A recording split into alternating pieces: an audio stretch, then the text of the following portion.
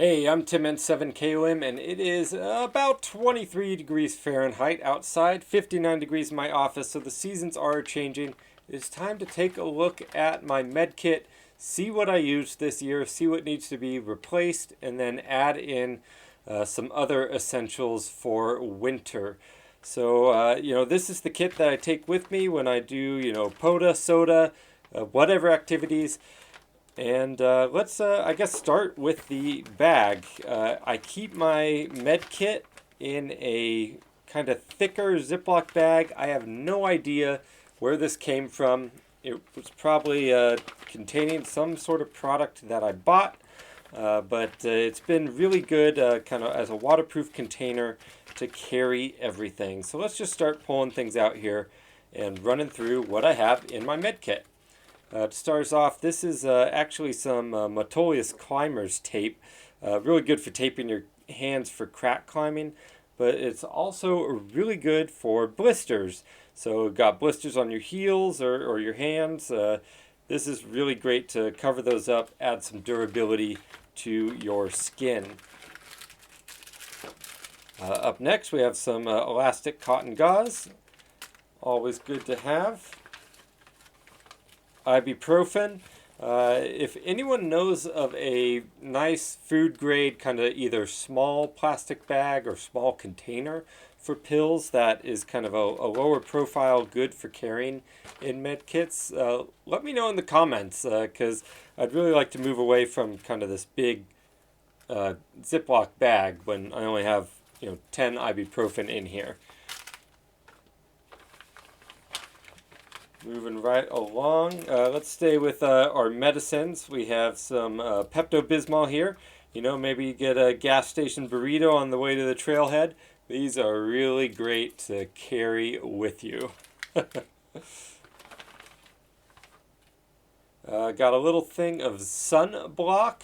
This is, if do I really need to say why this is? Maybe you forgot your hat. Maybe you're out in the sun all day. You forgot your sunscreen. It's good to carry a little blast of it in the emergency kit. Up next, Neosporin for, those cuts and scrapes. This one, I don't know if you can read that. It is actually expired in 2015, so I definitely need to replace this. Whoops. Okay. Next, these are some moist towelettes for disinfecting. Looks like I used one this year, so that can go away in the trash. And I will find another one to add to the kit.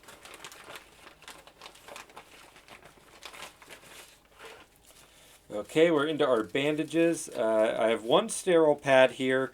I usually carry two, so I should probably find another one to add back in. In terms of Band-Aids, I really like these large.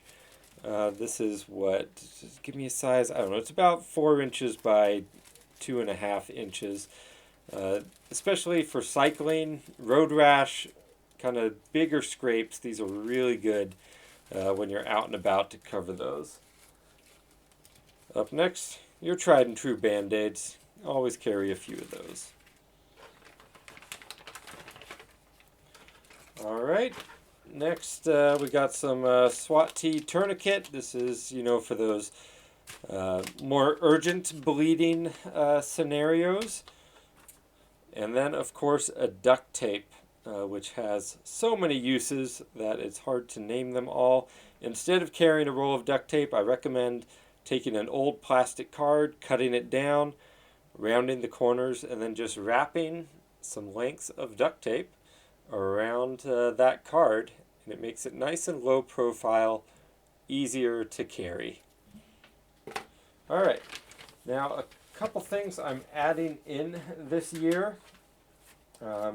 Quick Clot. This is a gauze that has some chemical material in it to help clot wounds. So adding this for stopping bleeding. And then these are, so do a lot of hiking with dogs. They they have a way of getting punctured and other things. Anyway, this is a quick stop. It's very similar to the quick clot, but it's in a gel form rather than the gauze. So this is actually, you break this open and this has a kind of Q-tip type thing in here, and you can apply small amounts of the gel to discrete areas. So puncture wounds with sticks or a bite, whatever it is. Useful to have. A couple of these are going in my kit. And finally, I did mention the temperature at the beginning of the video, so throwing in some hand warmers, always good to have in the emergency kit.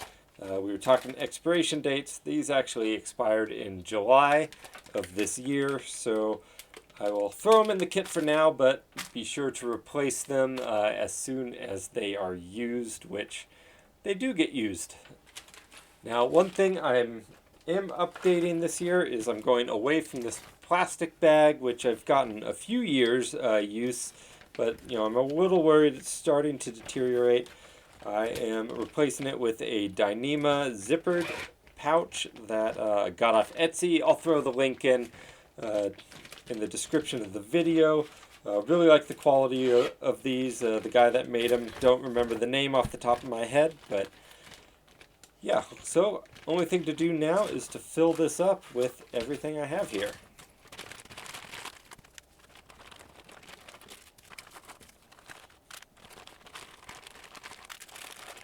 Again, you get a couple more of these to throw in.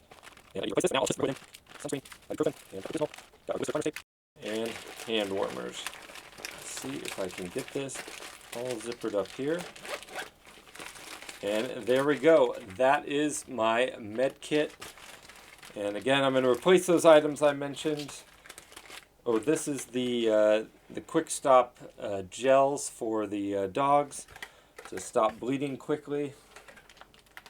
Now, something I am going to do, because this is a little bit of a bigger kit, this lives in my main backpack. I move it around into different packs that I use, but I don't always want to carry such a big kit all the time.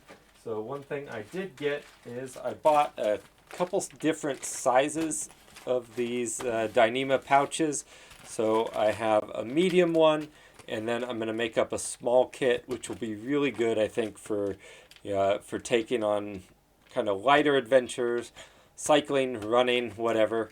Anyway, thanks for watching. I'm Tim7KOM. Please let me know what you use for organizing your med kit in the comments below. And let me know if you have any recommendations on pouches to organize things even within the med kit. I would love to kind of have all my band-aids together and etc. All right, I'll catch you next time. Stay safe out there. 7-3.